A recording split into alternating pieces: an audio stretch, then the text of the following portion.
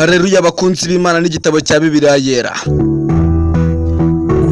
Reka twisomera amagambo aboneka muri Bibiliya yera, Yobu igice cya mbere umurongo wa 7. Bumbura ugereyo dusome. Nuko Imana ibaza Satani ati, uturutse hehe? Haranditse ngo Imana ibaza Satani ngo uturutse hehe, Imana ishyiraho n'akabazo. Hasome neza. Iyo ni Imana ishobora byose kandi ibizi byose. Ariko sinzi impamvu itari yamenye aho Satani aturutse. Bibiliya irabigaragaza ubwayo ko Imana ibitazi byose. Ariko sinzi impamvu muyitsimbararaho. Murekeraho gusenga baringa nayo itari yanyo muri Isiraheli. Muraririmba ngo izi byose byahe. Hasome neza, hazumingo, hasome nimba udafite Bibiliya ngahanda hakweretse. Uturutse hehe? Satani arayisubiza ngo nari ndimo nembera mu isi.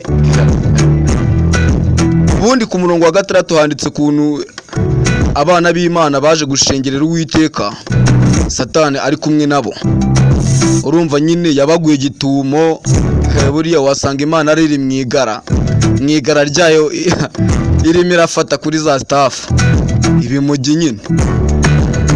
Iyo mbivuze muravuga ngo Imana nk'urumogi. Kuki yaruremye? Wahinga ibintu utazarya.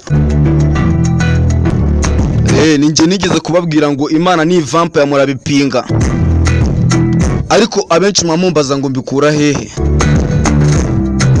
Ndi wa muntu ushobora gusoma Bibiliya 5 ku munsi. Ariko nta na rimwe nari nasoma Bibiliya ngo nsoze nabonye ahantu abantu batamba ibitambo. Cyane cyane haba higanjemo inama, ibintu bifite amaraso, ibintu nyine bakoramo inyama. Imana igaporiza nk'ivampire zikunda amaraso n'inyama cyangwa umushi. Narababwiye ngo Imana ishobora kuba ari umushi. Kamanayo.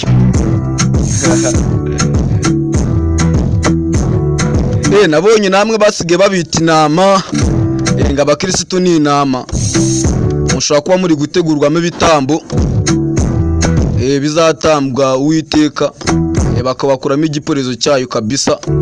Nigeze kubabwira ko ishobora kubirya n'abantu, ishobora kuzahuza no kuri kwanjye kabisa. Muri inama kandi bakunda gutamba inama. Muzabisome muzayibona kenshi ahantu hagiye batamba inama. Inyamaswa zonswa. Ibi bintu mvuga genda mu gitabo cy'Imana cya Bibiliya yera yitwa usome ku gitabo cya Yobu igice cya mbere umurongo wa 5. Harimo amagambo avuga ngo Yobu ahamagara abahungu be kugira ngo abatambire ibitambo, kuko Yobu abakeka ko muri biriya birori byabo baba bakureyemo ibyaha. Hari ukuntu nyine abahungu ba Yobu bateguraga ibirori. Reba haruguru ku murongo wa 4 urabibona. Reba ku gitabo cya Yobu haruguru igice cya mbere umurongo wa 4 urabibona kuntu abahungu ba Yobu bateguraga ibitaramo bakiyitamo amayoga n'ibyana. Maze Yobu agatamba ibitambo kugira ngo bababarirwe, kubera ko Yobu yabaga yaketse ko bakoze ibyaha. Muri bya bitaramo byabo babaga batumyemo n'abashiki babo. Bitaramo murabizi namwe byabo by'urubyiruko.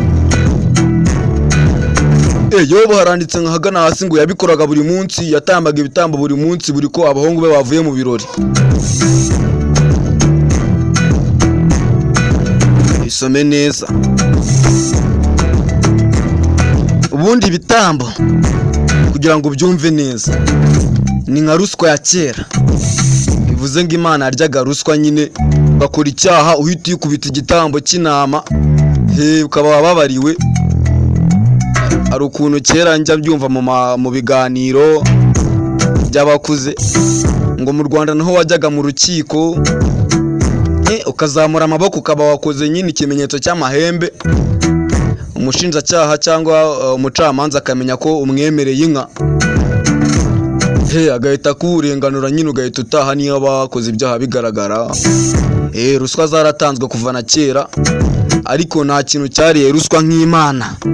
Ukora icyaha uyiha inama, ukomeza wikorera icyaha ushaka izindi nama nyine, ibyo nta wasi.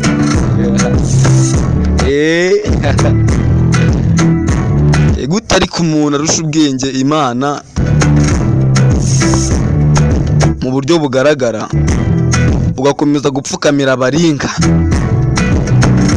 Shishoza, menya ubwenge. Hari igihe wenda muba mureba bino bintu mukabona bitagira aho biva naho bijya, mukibaza impamvu. Dore ngiyi impamvu: ujya gusenga bakishyiramo ibifirimbi, bakakubwira ukuntu ubuzima bwawe bugiye guhinduka, ariko ubutumwa bwiza bw'Imana ni uko ubusoma gake gashoboka. Ntabwo abenshi muba mwasinziriye, mukishakira yakora arishanje,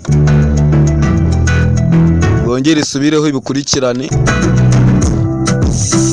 Ubundi biriya bintu byo kuririmba ni umurimo bambuye Satani, ni umurimo banyeze Satani, kuko niko kazi Satani yakoraga. Abakora ibintu nyine nk'ibya Satani buriya baramukopiye. Ni nk'uko wanyaka akazi kanjye kakajyana.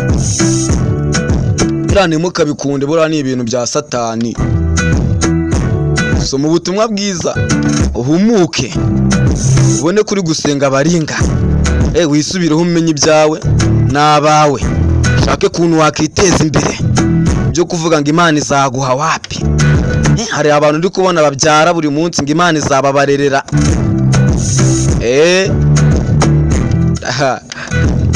Kamanayo sha.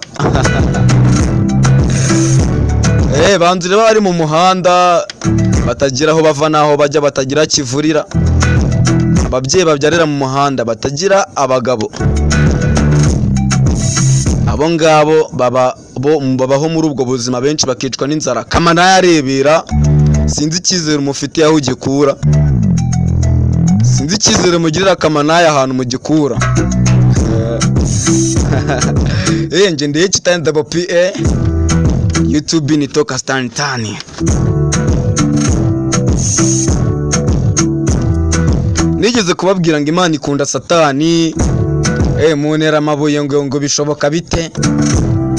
We hari ukuntu uhura n'icyago ukavuga ngo toka Satani, ibi ni ibiki ngo toka. Imana yo noneho yahuye na Satani mbona nkubone, kandi nta nubwo yigeze ivuga ngo toka Satani ngo vayo hano. Reka genda uhasome neza. Naranatangiye mbasomera Yobu igice cya mbere umurongo wa 6 ugeze ku murongo wa 7. Urabona ukuntu Imana yakira Satani neza.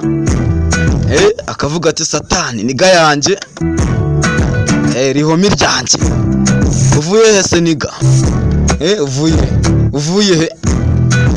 Satani nawe nimvuye mu marange kwiyitamo kakawa na kativeri. Imana nayo ngo ntabwo wageze kuri 40 se ngo ubone umuhungu wanjye Yobu uburyo nyina anyubaha. Kuri 40 wahanyuze. Satani tireka manze nicara ubundi mubwire impamvu Yobu akubaha.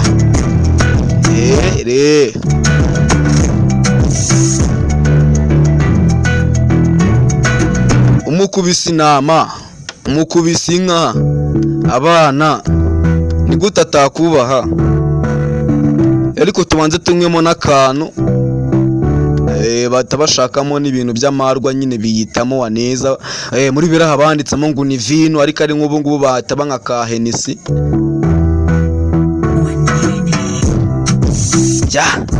Bamarayika mu gikoni buriya nabo bari barimo barabikurikirana kugira ngo Satani adataha atariye.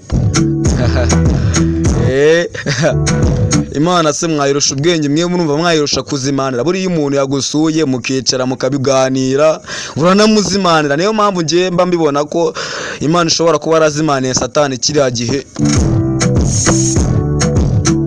Ariko genda uhasome, utagira ngo ni ibintu ndi guhimba. Jya uhasome.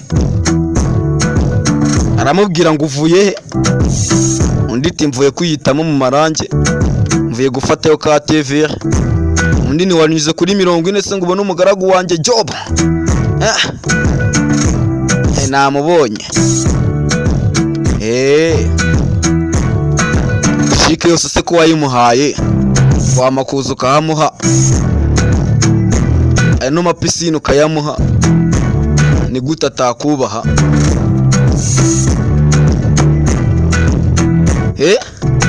Ibyo bintu ntabwo babivuze Satani agihagaze, bari bayihaye agatebe yiyicariye, barimo bariyitamo ka vino. Nimba utabyemera genda ubyisomere neza urabibona. Ariko uribuka ahantu Imana yahuriraga na Moise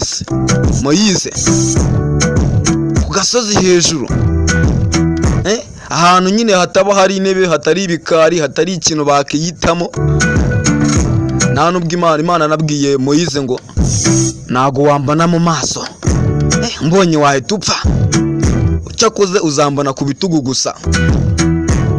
Ariko Satani we yarabacunje nyine, ihita imusanga mu irigara, ahantu Imana ririmo iriyitamo, ifata ku mwoto, irimo irabaya. Satani ahita avuga ngo nkoreshaho, nanjye nkoreshaho, akurura umwe. Imana mu gihe nyine yari yamukoreshejeho ihita imubaza ngo uvuye he? Nawe nyumvira ya Mana izi byose nyine, nawe nyumvire, uvuye he? Kuki Imana itari yabimenye aho Satani avuye? Kuki itari yabimenye ko Satani ari kumugenderera nimba izi byose? Tekereza kabiri ku byo usanzwe wizera. Kora divorce n'ubujiji, tandukana n'ubujiji, umenye ubwenge. Fate Bibiliya uyisomere. Twe twagize shaba tuvuka mu gihe cyiza, abakurambere bacu babayeho mu gihe kibi i Roma, cyagiye muri cya gihe cya Martin Luther. Nta muntu wabaga wemerewe kwisomera Bibiliya, barayigusomeraga.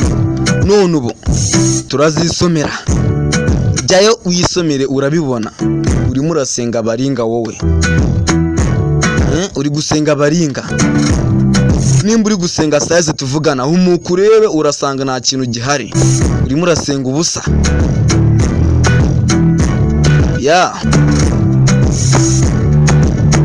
Abashinwa se ko batayisenga mubarusha ubwenge? Abahinde basenga Krishna n'inka ubarusha ubwenge? Rekeraho gusenga baringa. Nabonye abasaza bababajwe ruko hari abasaza benshi babahangayitse bavuga ngo urubyiruko rwacu rubaye injiji, ruri gusenga baringa yo muri Israheli. Nimbe natwe twasengaga baringa zacu, tugasenga baringa zo mu Rwanda, none bari gusenga baringa zo muri Israheli.